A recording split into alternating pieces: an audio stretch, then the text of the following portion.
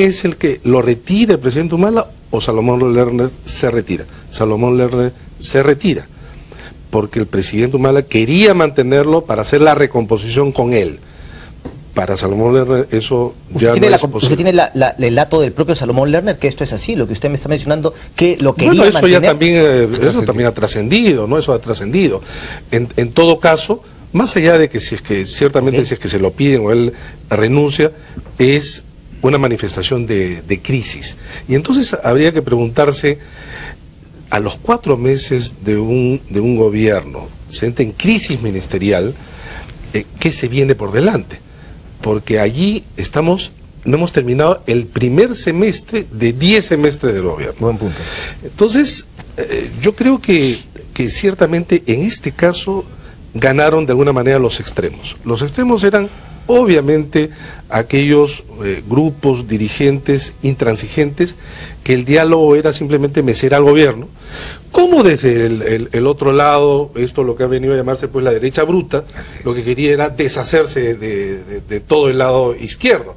Es decir, no entender de que este gobierno, justamente por su naturaleza y la demanda del país, requería, creo, de los mejores, digamos, elementos de la pluralidad que en un principio se manifestaba. Pero usted cree eso que sin dirección, en realidad, fracasa. ¿Usted cree que este gabinete también es plural, pero nuevamente surge la pregunta si es que habrá la dirección para cohesionarlos dentro de un gabinete? Ese es el punto, porque depende sobre qué lo cohesionas. Si lo quieres cohesionar sobre simplemente el lado de la autoridad y el orden, sobre el tema del conflicto, el país vive no solamente conflictos, vive sobre una serie de tareas y nortes, porque finalmente tú quieres solucionar este conflicto para que el país siga avanzando. ¿Hacia dónde?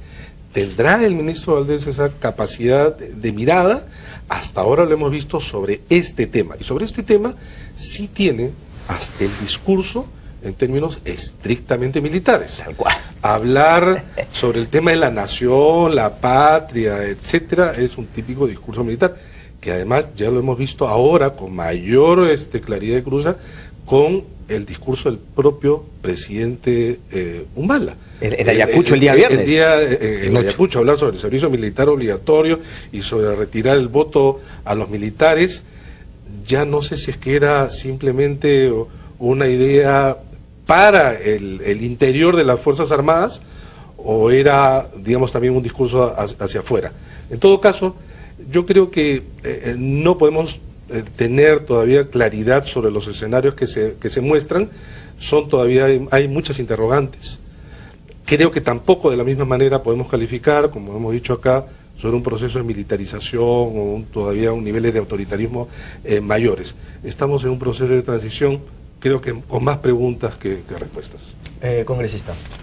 Me da la impresión también que, claro, usted dice, perdió la confianza el premier del presidente, pero quizá el premier creía que hacía lo que él pensaba, habían quedado con Salomón, con el presidente Ollanta-Humala en Cajamarca, es decir, buscar el diálogo. Quizá el señor Lerner se equivocó, porque al final lo que quería el señor Humala era que haya más mano dura. Mi pregunta viene un poco también en relación a lo que publicó la revista The Economist el día viernes en su publicación. Dijo que el presidente Humala parece ser un hombre de tan pocos principios como palabras. Quizá Lerner pensó, claro, es el diálogo, pero al final Humala dice, no es el diálogo, yo aquí quiero mano dura. Es decir, ¿quién puede saber cuándo perderá la confianza del presidente Humala cuando en verdad no sabemos de manera cierta y concreta qué es lo que quiere el presidente Humala? ¿Quiere diálogo o quiere mano dura? ¿Quiere inclusión social? ¿A qué costo?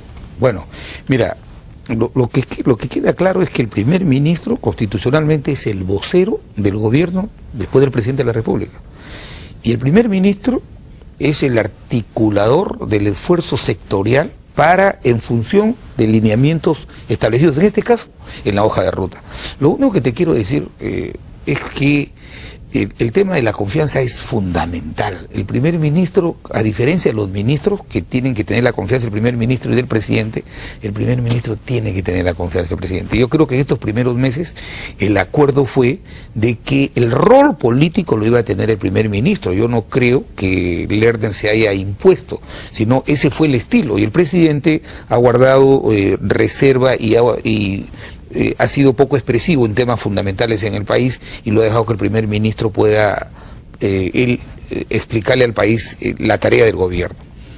A mí me parece, repito, a mí me parece que la posición que tenía Valdés al interior del gabinete en el ámbito de enfrentar la conflictividad social, la posición que tenía Castilla en el tema del manejo de las finanzas públicas ha sido la que ha ido imponiéndose en el tema, en la posición del presidente. No olvides que el discurso que Humala da el 28 de julio es diferente a la conferencia de prensa que él da frente a los periodistas de 4 canales, donde, por ejemplo, él ya abandona la tesis de la reforma de la Constitución, donde él dice, no voy a poder cumplir con algunas ofertas electorales, donde él dice, Conga va. Y aparece la ex ministra de la Mujer en su Twitter diciendo, Conga no va. Entonces, a mí me parece claro que había una falta de cohesión dentro del gabinete, en los ministerios, pero no así entre el Premier y el presidente Humala. Pero parece que sí había. Mi pregunta es, quizá el señor Lerner no sabía o no se había dado cuenta que estaba haciendo algunas cosas que hacían perder la confianza del presidente Humala. Ese es mi punto. Quizá el presidente, efectivamente, como dice la Economist, él va cambiando de posición y su premier no tendrá manera de saber qué es lo que tiene que hacer para mantener o perder la confianza. Y eso es lo que preocupa. Lo que preocupa es si verdaderamente el presidente de la República tiene el liderazgo para fijar la línea general de la política del gobierno. Porque eso no lo hemos visto. Eso es preocupante.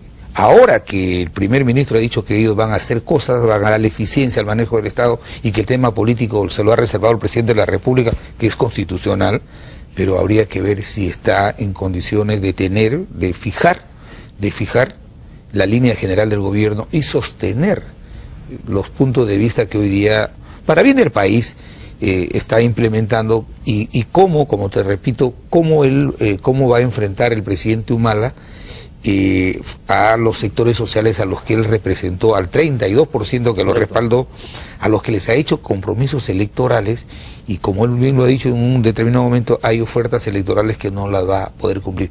He ahí el gran desafío, que sí creo, y todos los ministros podemos ser muy competentes, técnicos, políticos, pero todos estamos ahí vinculados a un tema confianza, que pueden haber discrepancias, claro, para eso está el Consejo de Ministros, ahí se debaten los proyectos de ley, los puntos de vista se debaten, pero una vez que se acuerda, no puede haber un ministro que salga por la libre, pues, porque eso hace...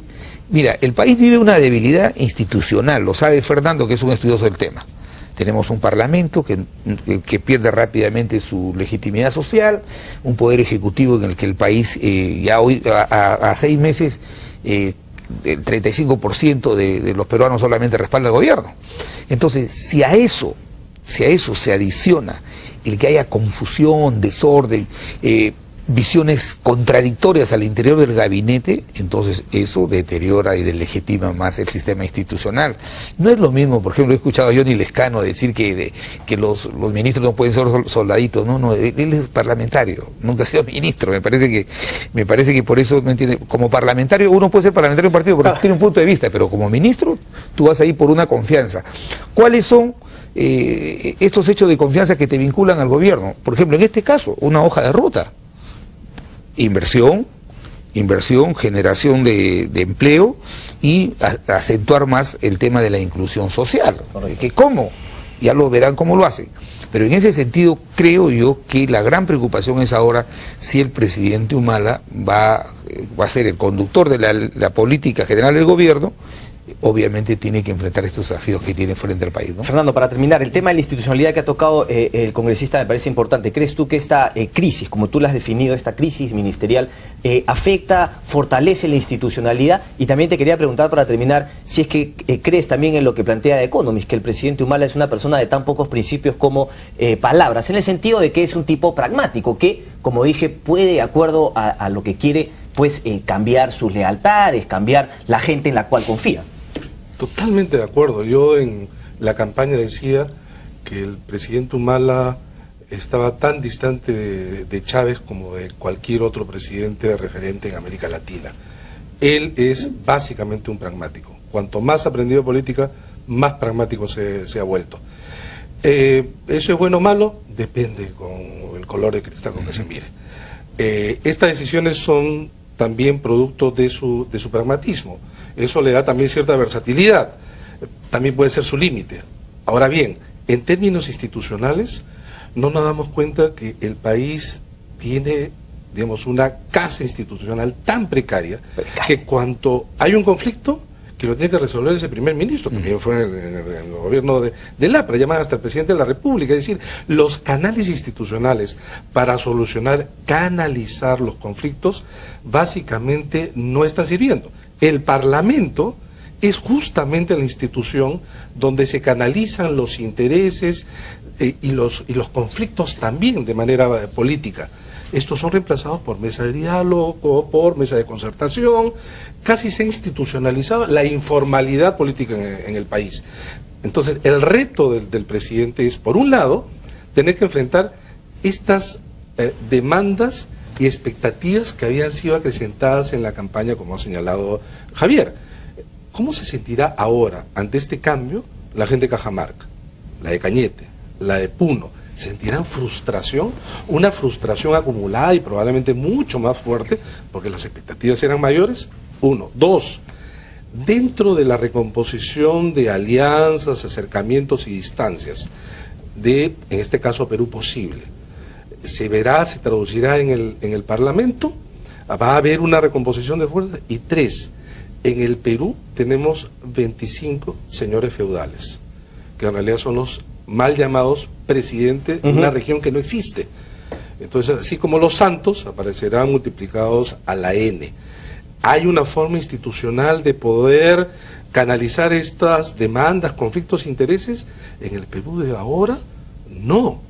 Y por lo tanto, los riesgos, así como las tareas de un presidente que hasta ahora tenía un perfil bajo, son muchísimo mayores, ¿no? Y digamos la perspectiva de que el señor Humala esté trabajando en fortalecer esta institucionalidad son casi nulas. Eso por un lado, y en relación a lo que señalaba Javier, si antes Salomón Lernes tenía la voz del gobierno, ahora se supone que lo tendrá el presidente Humala. ¿Lo tendrá? Lo tendrá en un sentido también hay distintas formas pues de manejo. Hasta ahora lo que hemos visto es un presidente de bajo perfil.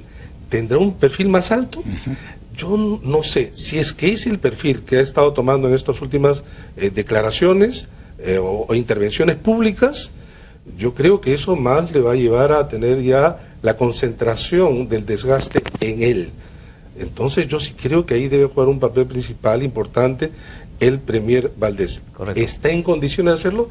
Lo que sí a mí me preocupa es creer que en esos niveles altos de poder en realidad existen técnicos. Sí, pues no todos los tecnócratas es político. Todo es político. Y creer que uno está investido en realidad de una suerte de neutralidad técnica sin ningún sentido político es el discurso de los 90. Es que da la impresión que va a ser prácticamente como una empresa, ¿no? El gerente tal, el gerente tal, y el gerente general dice, bueno, esto es así, tú presenta acá, no va.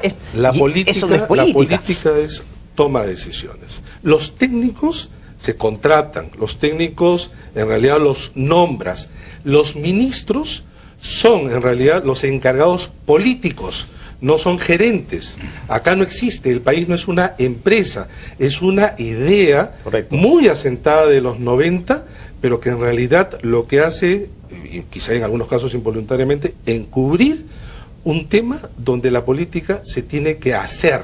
De lo contrario, van a ocurrir una serie de nuevos fracasos mucho más importantes. Correcto. Una última para terminar. Está claro pues que a comparación de otros países modernos, desarrollados, ganan partidos políticos. Se dice, bueno, ganó el Partido Laborista, ganó el Partido Conservador y viene con su líder más, como se diría criollamente. Aquí es al revés. Aquí le da la impresión a usted, congresista, que el presidente Humala gobierna solo. ¿Dónde está su partido? Yo tengo entendido, por ejemplo, que el único canal de comunicación que tenía en el Parlamento era con Abugataz, ni siquiera con el vocero de la bancada, y eso es muy delicado.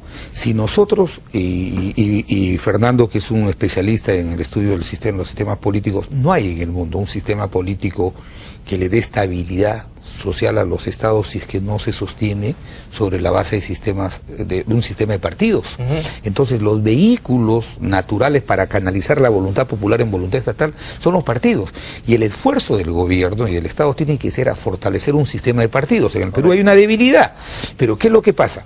Normalmente gana, por ejemplo, gana un partido, y lo primero que a veces se dejan arrastrar los presidentes por la presión, no, tienen que ser todos independientes, y cuando nombran a un ministro vinculado al partido que ganó, es un problema.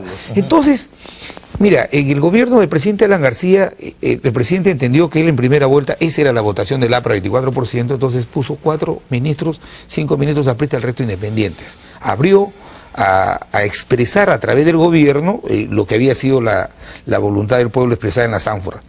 Ahora, en este gobierno del presidente Humala, a mí me parece bien que, por ejemplo, 2 militantes de Gana Perú, tanto Urquizo en producción como Ana Jara en el Ministerio de la Mujer, formen parte del gobierno. ¿Cómo los partidos se van a hacer, van a tener experiencia, van a generar hombres formados en el Estado si es que no les das esa responsabilidad? Correcto, y se las ha dado ahora con 2 congresistas. Tampoco podemos ir al otro extremo, pero yo sí creo y comparto y suscribo lo que ha dicho Fernando. Los ministros, algunos dicen, yo soy técnico y mi visión técnica es más importante. No, la orientación de la política general la hace el presidente de la República, es un político. Y los ministros, como bien dices, son responsables políticos de los sectores. Correcto. Los técnicos se contratan, se nombran, los cambias, puedes tener 15 asesores, pero al final de cuentas, en la toma de decisión tiene un alto ingrediente político, y los ministros tomamos decisiones políticas porque para eso nos elige. Una última, me da curiosidad, ¿cómo hizo el presidente García Pérez para debilitar y no fortalecer más bien su partido? Oye, estás equivocado. Por favor, explíqueme. Y te lo explico. Puede haber alguien que no tenga, que no pueda creer lo que te voy a decir. Alan García, con el gobierno que ha hecho, ha proyectado al APRA los próximos 30 años. Pero siempre, desgraciadamente, siempre bajo su batuta, ¿o no? Oye, pero nadie puede negar que Alan García es un líder indiscutible. ¿Hasta cuándo? ¿Y cuándo van a salir nuevos líderes indiscutibles? Pero no es culpa de él. Oye, él tiene la culpa que, por ejemplo, los dirigentes del partido no hayamos sido capaces de tener la responsabilidad de ponernos de acuerdo, de poner un candidato presidencial. No es inmolación. Claro. Dime, ¿quién tiene la culpa de que no tengamos candidato presidencial? ¿Alan García?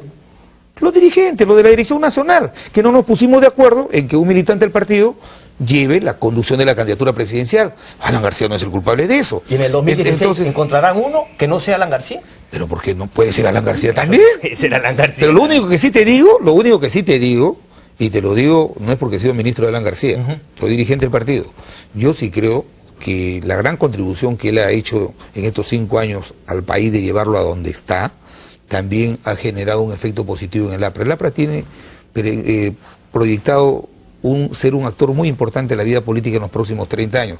Y yo creo que el gran legado que Alan García le va a dejar al APRA es que después de él, el APRA va a ser un partido respetable y con una importante presencia en el escenario político. Ojalá sea así congresista, porque tú dudas que el 2016 no seamos una fuerza importante en la política peruana. Ojalá sea así. Señor Fernando Testa, muchísimas gracias. Un placer. Amigos, nosotros hacemos una pausa y regresamos con respuestas. Hay muchas respuestas que nos han llegado a la pregunta en el Twitter, justamente un tema que hemos tocado aquí en esta mesa. Muchas gracias, señores. Pausa y volvemos.